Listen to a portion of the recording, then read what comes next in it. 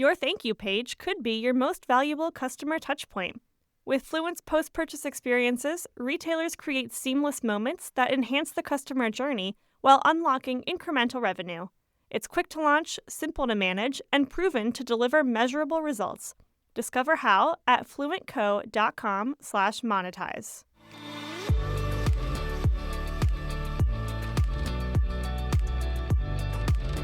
Hi, everyone. Welcome to Women in Retail Talks, the podcast where C-suite executive women in the retail space share their stories of professional growth, leadership development, personal journeys, and more. I'm Melissa Campanelli, the co-founder of the Women in Retail Leadership Circle, and we are a membership-based community of executive women in leading retailers and brands. In this episode, I'm thrilled to welcome Antonella Pucarelli, the Chief Commercial Officer of IKEA US. Antonella leads marketing, customer experience, home furnishing, and retail design, as well as customer insights. With a background in architecture and interior design from the Polytechnic University of Milan, Antonella has brought her passion for design to every step of her IKEA journey, from Italy and Spain to the global stage at Inca Group and more. We're so excited to have you here today, Antonella. Thank you very much for inviting me. It's a pleasure to meet you all and to meet you, Melissa. Yes. Let's get started. We always like to start these podcasts with a little bit about career and career journeys. So, what led you to IKEA? Well, it's fun because it's related to my experience in the university. So I knew IKEA because it was presented as a business case. And there was a moment when, there was celebration of Archistar, a very designer was promoting their point of view on home and design. And then a professor of mine introduced IKEA with the idea of democratic design. So then the beauty, the functionality is something that everybody should have access to at a very low price. I have to say this business case really captured my attention.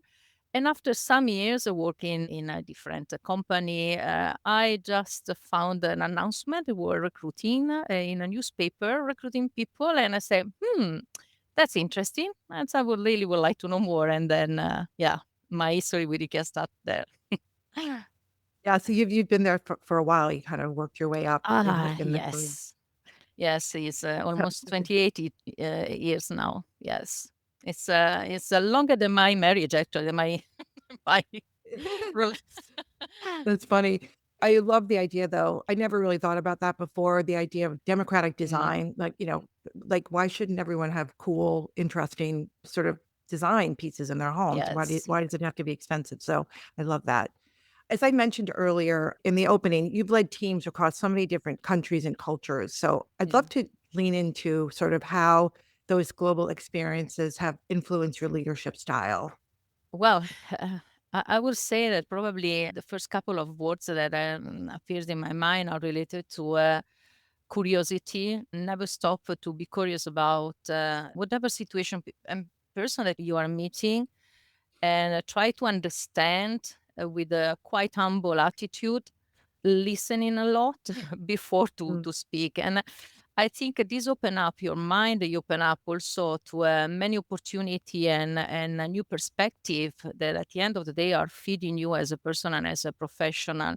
And I think this is something that I'm really grateful as a part of my life in IKEA, and have the possibility to meet so many people around the world, because IKEA mhm. is present actually in in many in all the continents and in many different market and places. So I think that's what provide you this global experience is really an open mind and keep your curiosity really in alert. Yeah, I heard recently that, the more you travel, the more empathetic you become because Mm, you mm, realize that so many people are the same in a lot of ways. yeah. So I'm sure that there's a lot of that there as well. Yes.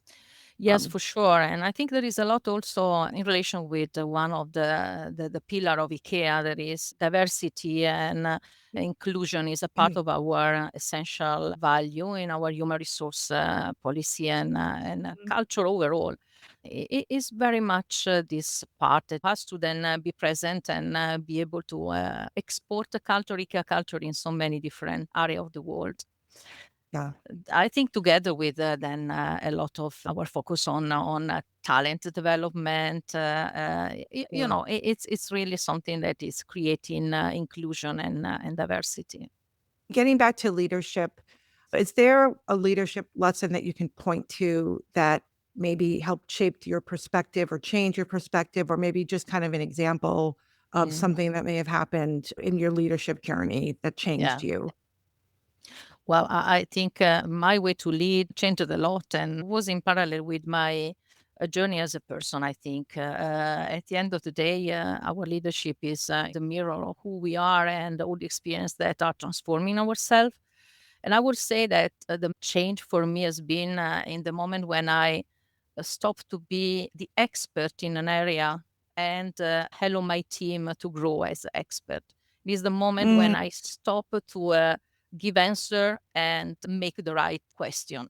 I think that was the mm, moment when I understood that is the way for me to give space to my team to really own their area, to develop their talent and unleash their potential.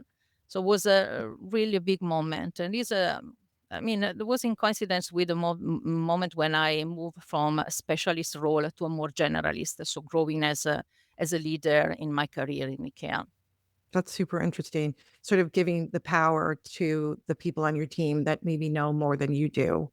Um, Absolutely, Yeah, but your absolutely. role is to kind of guide them, so that's super interesting. It's almost like becoming more strategic versus being more tactical. Is that one, and is for sure on being able to identify direction and be able to engage the people around this direction with a clear why. Is also related to, as I said, to be open to many different input and ideas and opinion. Let the Mm, people to explore and not put frames or rigid control in your teams because this is really limited their capacity and opportunity to contribute. mhm. So we were just talking a little bit about diversity and inclusivity, et cetera, and I know that and you mentioned it, and I do know that, IKEA fosters this sort of people first culture. Mhm. Could you talk a little bit about ways that maybe the company does that or that you do that? Mm. Well, I believe that one of the most important factors of our success is really put people in the center of everything we are doing. Is a key pillar for us. And starting with really the way we are recruiting and leading through our values is very important in the beginning when we are really welcoming people in our company that the recruitment is finding the people that can share our values and live in our environment under the umbrella of our culture. Then for us it's a lot based on identifying and develop talent. So how we can really offer opportunity for people to develop themselves, also in their careers. I mean, we are present in many countries around the world. So as I said, is a professional development and growth that we are facilitating, but also a personal growth and development because Mm, you can enter in contact with different experience. You and your family because we are taking care the moment that we are also helping people move into another country. We are taking care of the entire family, and this is not just mm, the colleagues that is moving abroad or whenever they want to move. So wow. it's a mix of recruitment, is a mix of opportunity and development path that we are providing to our coworkers and colleagues, and is also the freedom to choose where they want to grow. So there is Mhm, not an obligation, there is not something that is defined, is really following the talents and the engagement energy that the person feel in relation to jobs mm, and mm, roles. And that's actually has been my story, by the way, because I didn't have a kind of career path that was defined on the table. You know, something really. I was experimenting different positions. Sometimes was even horizontal growth, not necessarily mm, hierarchical kind of growth. And right. that's because I wanted just to learn more and put myself in a different kind of areas of the business. So it's really this freedom and this Right. opportunity that are offered. Mm. Yeah, it's like you didn't take a linear path. You were able to explore different things, different avenues, and it Yes. sounds like IKEA, sort of celebrates that, as opposed to Yes. people just kind of going up and down the road the way that a lot of companies are. So that's super Yes. interesting. So I wanted to jump ahead. We originally communicated because I knew that you were speaking at Conference Next. We had a presence there, and you talked about some of the projects that you were working on recently, which are super exciting. One was you were launching a Spanish language site, and you were also using generative AI to enhance the customer experience. So can you elaborate on those a little bit? Yeah, well, in a country that is so rich in a different culture, we understood immediately that if we want to arrive to the many people in this country and be able really to apply our vision on the way we are doing and building business in US, that is create a better everyday life for the many people, required for us to be accessible for those many people. Hmm. And of course, to facilitate for the community, the Spanish community, to connect with IKEA with their language was an opportunity that we absolutely decided to explore, and actually more than explore. Now we have a website. And not only we Mm. have different media content that are developed in the Spanish language. And I think we are just in the beginning of this journey because, as I said, US is a fantastic, diverse country. So how we can even continue and develop our multicultural approach is a part of our strategy, main strategy for developing the business. And general AI is our way to embrace technology. As I mean, this is something that, of course, is a part of the transformation of retailing as an industry, and is an obligation for us to be open and absolutely embrace opportunity, new opportunity. This technology is allowing us to gain efficiency and speed.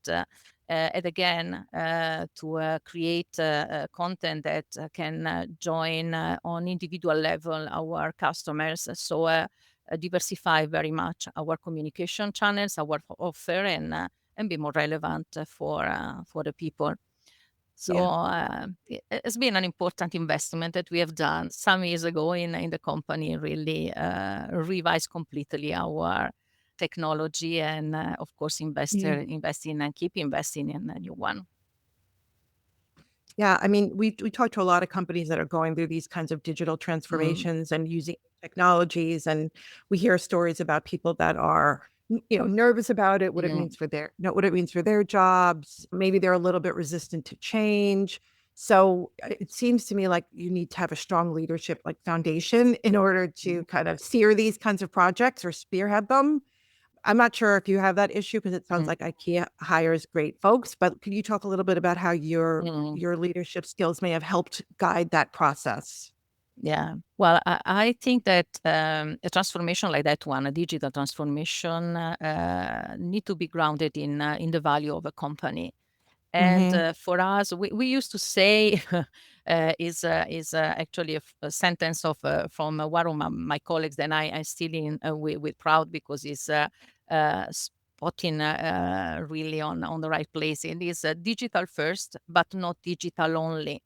So this means Mm. that for us, the integration of digital tools and technology is always combined with the human being. In fact, our business is related to the people and the people life at home. So there is, and there will always be a combination between human and technology going hand in hand. So it's very much the way we have decided to lead the business because at the end of the day, it's a decision that you have to take. Mhm. And since the very beginning, this company decided to side on the many and to lead with a big respect for people, and in this aspect also in consideration of the new technology that we are implementing on embracing.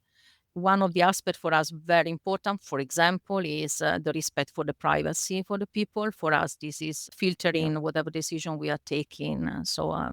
Yeah. I think that kind of covers, I was going to ask how you kind of stay grounded with the human side of the digital Mm, transformation, but I think you kind of covered mm. that. It's got to be both, sounds like. Yes, It is. Well, at the end of the day, we are human being, and it's Right, something that we have to exactly. keep on have present. So. Yeah. So I have a couple more questions, and these kind of relate to, we are a women's organization, so we're always thinking about women moving up and Mhm. in the industry, et cetera. So how do you mentor or champion up and coming women leaders? The industry is undergoing so much change and like we were just talking about transformation. I mean, what do you tell them?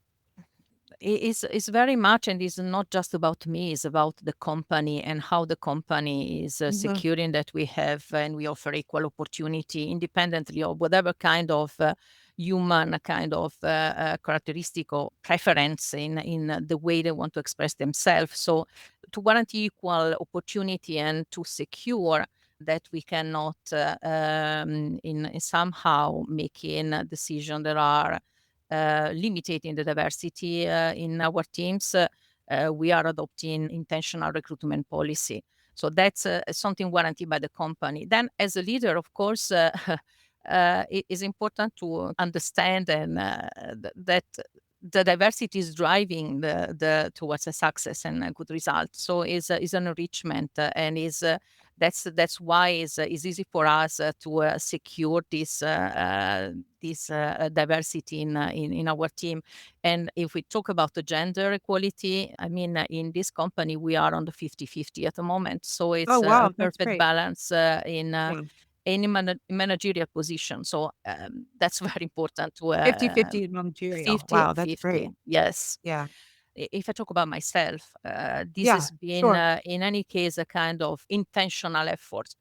I've been a mentor for many women, but also many men in the company. And it's part of my kind of contribution to the legacy of the company to really secure that we can Mm, give space to many individuals and in specific to women, because we know that unfortunately still in the society this equal opportunity offered to women is not where it should be yet. So we are still working a lot there. yeah, yeah. But that's great to hear about IKEA that it's 50-50. That's awesome. I hadn't heard Yes. that. Because, a lot of times in retail, you say that you have a high percentage of female, employees, but they're usually not Mm, at the managerial level. So well, sometimes they yes. are, but sometimes they aren't. So it's good to clarify that. Mm, Um, okay. So finally, for those listening, what is one piece of advice that you'd share with women who aspire to lead mm. authentically in retail? Well, I can just talk about my experience. At the end of the day, I'm not an expert, but for sure, what was working for me was to acquire self confidence and self awareness about myself. Mm, So, which are my strengths, which is my superpower, and which is my place in a company in this case, where I can be not only myself but express myself and my potential at the best. So mm-hmm, this is a journey that is in any case a journey with yourself. Is a journey that I encourage every woman to do. Also because this is the way to make our voice be heard in mm-hmm. and be present in the table. It has to start from your inner strength and your self confidence. That's the advice that I will give. I really had a lot of. I was lucky in my career. I met a lot of women that inspired me. So is also have the opportunity to have a networking of women, like actually the ones that you are building. That is very very Mhm. important because we can learn from each other. We can Mhm. encourage each other, and that's also the way to build your career. Yeah. Yeah, that's sort of the goal of our group is, it's Yes, sort of like, power in groups, kind of, we lift each yes, other up kind of an idea. yes. So anyway, okay, great. Well, Antonella, I think that's probably all we have time for, but it was so great to chat with you and to learn about your career journey and the company and all this great stuff that you're doing at IKEA, so US. So thank you so much for joining us on Women in Retail Talks and hope we can connect again in the future. Thank you very much. Thank you for having me. Thanks for listening. For more information on this podcast, Please go to womeninretail.com/podcasts for show notes. Women in Retail Talks is available on Apple Podcasts, Google Podcasts, Stitcher, and Spotify. Make sure to subscribe on our podcast channel page as well. If you've enjoyed this episode, please take a few moments to rate and review our show. Lastly, if you're a female retail leader interested in joining our community at Women in Retail Leadership Circle, visit womeninretail.com/apply. Thanks, and until next time, this has been Women in Retail Talks.